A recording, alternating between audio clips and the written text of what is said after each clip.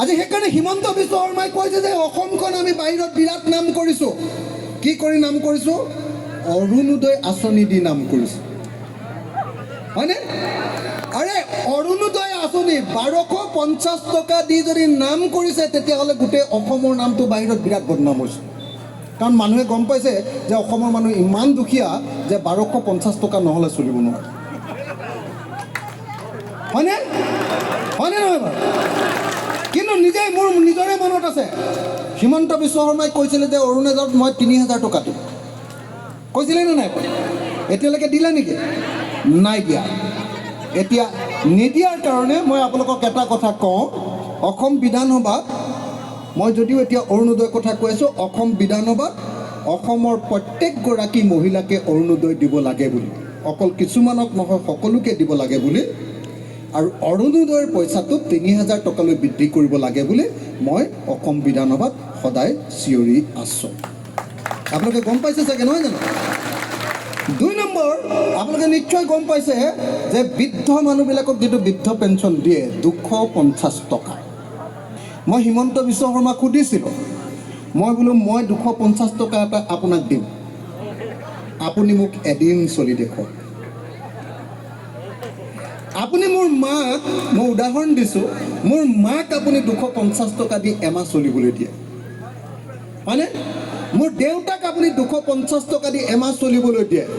250 টকাটো বেংকত সোমালে নাই বুলি বেটেৰী ৰিক্সাত অহা যোৱা কৰোঁতেই পইচাটো খতম হয়, হয়নে নহয়? কওক আপোনালোকে, হয়নে নহয়? এটা হৰলিক্স, 1 কেজি হৰলিক্সৰ দাম 250 টকাতকৈ 2 টকা বাঢ়িলে দিয়ে, হয়নে? হা? তো যি সময়ত হিমন্ত বিশ্ব শৰ্মাৰ একাপ কফিৰ দাম কিজানি 250 টকা নহয় 2500 টকা হ'ব, একাপ কফিৰ দাম কিজানি 2500 টকা হ'ব। আৰু হিমন্ত বিশ্ব শৰ্মাৰ পত্নীয়ে পিন্ধা কাপোৰটোৰ দাম কিজানিও অতি কমেও 2.5 লাখ টকা হ'ব, হয়নে নহয়? মই শুনিছোঁ যে হীৰাৰ আঙঠিয়ে 3 কোটি, কি হীৰাৰ কিবা এডাল পিন্ধিয়ে 3 কোটি টকাৰ পিন্ধে কোনোবাই, নামটো কোৱা নাই কাৰো, বুজিছেনে নাই? 3 কোটি টকা পিন্ধে।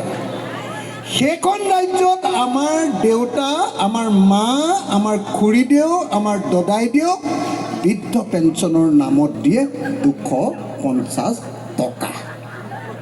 মই সেইকাৰণে সদায় মিটিঙলৈ ক'লে কওঁ, বোলো চব বুঢ়া মানুহবিলাক মোৰ লগত ওলাওক, বুঢ়ী মানুহবিলাক চব মোৰ লগত ওলাওক, এদিন হিমন্ত বিশ্ব শৰ্মাৰ ঘৰৰ সন্মুখত বহি দিম, বোলো তোক 250 টকা দিওঁ, তই এদিন চলি দেখুৱা বুলি কওঁ, হয়নে নহয় কওক? যদি সঁচাকৈ দেউতাক বা মোৰ মাক যদি সন্মান কৰিবলৈ হয়, এমাহত বৃদ্ধ পেঞ্চন অতি কমেও টকা 5000 দিব লাগে, লাগেনে নালাগে বাৰু? হা? তেতিয়াহে বোৱাৰীয়েক আৰু পুতেকে মোৰ দেউতাক মৰম কৰিব বিচাৰে, হয়নে নহয় কথা? 250 টকা হ'লে মানে কিবা কাম হ'ব নেকি? না মিঠাতেল 1 বটল পায়, না হৰলিক্স 1 বটল পায়। আৰে ভাই, আনিবলৈ যাওঁতে যদি একাউণ্টটোলৈ যায় তাতেই খেলা খতম পইচা, হয়নে নহয়? 250 টকাৰ ভিতৰত, হয়নে নহয়? বেটেৰী ৰিক্সাখনত গৈ পৰঠা এটা খালে তাৰপিছত আৰু পইচা থাকিব নেকি? হয়নে নহয়? আহিব নেকি কওক আপোনালোকে? নাই। গতিকে এইটো 250 টকা দি একদম বিৰাট কৈ থাকে আমি বৃদ্ধ পেঞ্চন দিছোঁ, হে আমি বিধৱা পেঞ্চন 300 টকা, অৰুণোদয় 1250 টকা। মোক অলপ আগতে মোৰ বেয়াই লাগি আছিলে, আশা কৰ্মীবিলাকে মোক ইয়াতে সম্বৰ্ধনা জনাইছিলে, ৰান্ধনীসকলে সম্বৰ্ধনা জনাইছিলে। তেখেতসকলে জানে যে আশা কৰ্মীৰ কাৰণে অসম বিধানসভাত আটাইতকৈ চিঞৰি থকা মানুহজনেই হ'ল ৰাইজৰ দলৰ বিধায়কজন। আমি কৈছোঁ যে আশা কৰ্মীবিলাকে কিমান যে কষ্ট কৰে, তাৰ বিনিময়ত টকা 1000 পায়। চলিব পাৰে মানুহ আজিকালি।